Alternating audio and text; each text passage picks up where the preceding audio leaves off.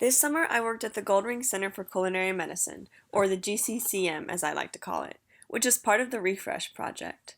The Refresh Project is a fresh food hub located on North Broad and Bienville Avenue. It is meant to provide healthy, affordable food to Broad Street neighborhoods and education and training geared towards the health and wellness of the community. Other organizations in the Refresh Project include Whole Foods Market, Liberty's Kitchen, which is a culinary work readiness and leadership program for at-risk youth, many on-site teaching farms, and Boys Town Center for children and families. The Refresh Project was organized by Broad Community Connections, a nonprofit community development organization that is focused on revitalizing the Broad Street commercial corridor and surrounding residential neighborhoods.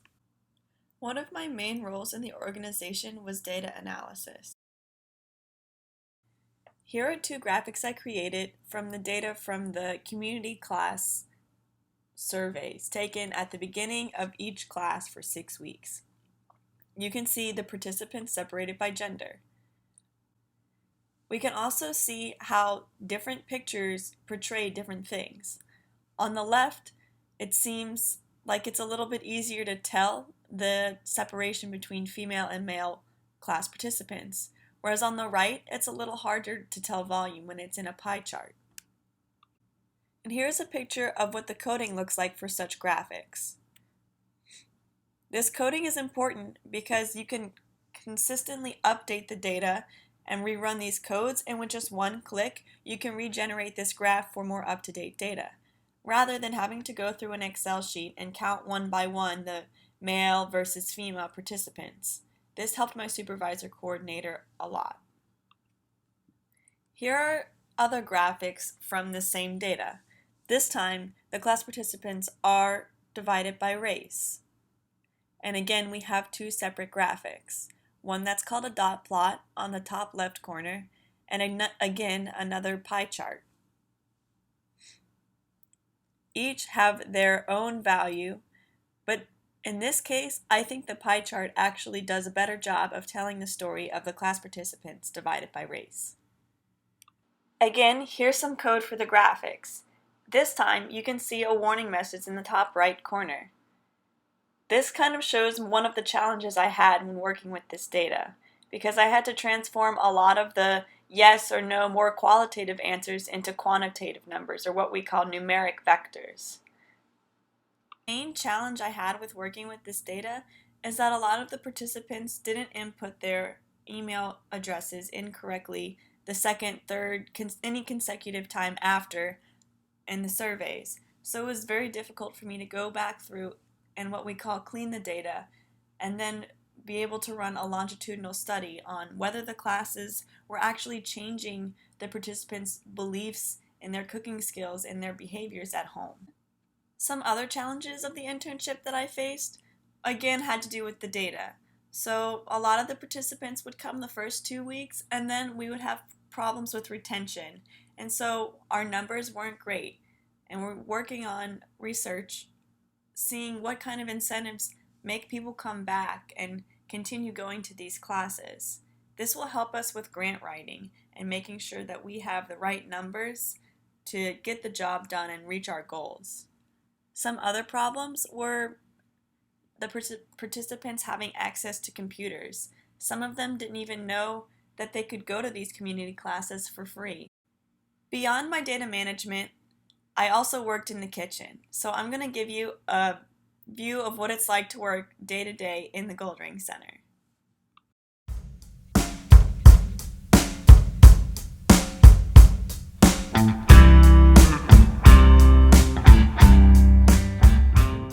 First thing is, after signing in, we check the board to see what duties we have. I had cleaning the floors. This is Leanne. She's checking the recipes for the class that they're going to teach the next day. Sometimes there are typos and we have to edit. This is what we call the dry storage. As you can see, maintaining a kitchen is a lot of work. This is the walk-in freezer. We have enough food to account for all of the allergies any class participants may have. Leanne is pointing out the different kind of dairy products and nut products we have. There's always someone who has to monitor how fresh the food is, so you can see on the masking tape their dates when each item of food was put into the fridge.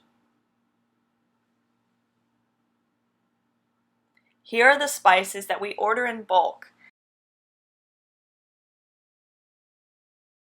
This is Justine, an intern from Johnson & Wales Culinary Institute.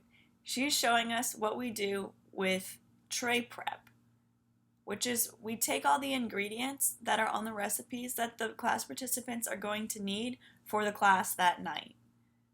Say, if a red pepper needed to be diced, we don't necessarily dice it. We want the class participants to get as much of the real cooking experience as possible. But we do need to pull the things from the dry storage and the freezer so that it's all in one place and it gets the job done faster. During class, we have a bin for treasure, compost, and trash. Here are the different things that go in each compartment. Here's what the class trays look like in the end. And this is Kirsten putting it up before class. Here's our compost bin. For big pots and pans and sharp knives, we use this dishwashing station.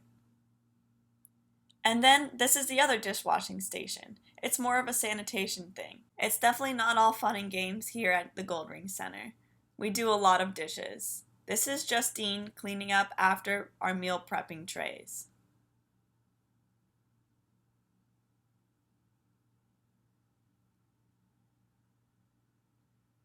This sanitizer is actually really hot. You can see the steam coming out now. We have a good system going. Usually in the classes, this is what a lot of the interns are doing when the participants are cooking.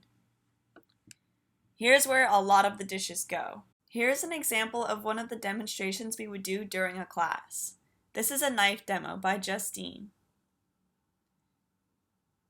In cutting a red pepper, or cutting anything really, you want to make sure to keep your fingers tucked in. It's also important when cutting to make sure that you're pushing the food towards your knife, and you want the tip of your knife to be on the cutting board for as much as possible. You shouldn't normally hear much of a chopping sound with something like this. Once the cooking is done, all the class participants sit here and discuss their dishes. They'll line up their dishes on this buffet right here. Here is some footage from the community classes. This is another CPS volunteer helping with knife skills.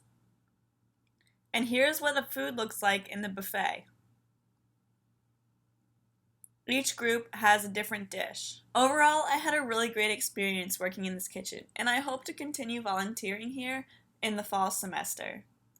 Here are some lessons that I learned from the internship. 1, cooking is actually really time-consuming, especially when you're a beginner, such as myself. It's not as simple as just telling someone how to do something, demonstrating it, and then expecting them to be able to do this on their own perfectly. Because of the cultural aspects of food, a second lesson that I learned is that cooking traditions die hard. When we're teaching new cooks, we're telling them to find what tastes right to them, to develop their own technique.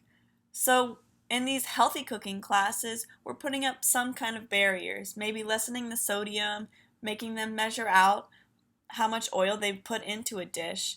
And these restrictions can make it difficult to find methods or techniques that taste good to them and taste as good as their original dishes. The seminar had a lot of connections to what I experienced day to day at the Goldring Center. For one, we talked a lot about asset-based community development. The people in this community do know how to cook. We're just trying to teach them how to make a few options that are a little bit healthier, that'll eventually change their health outcomes in the future. We also talked a lot about gentrification in New Orleans and the white savior complex. Thank you for visiting our kitchen, and please come and join a class or even volunteer here.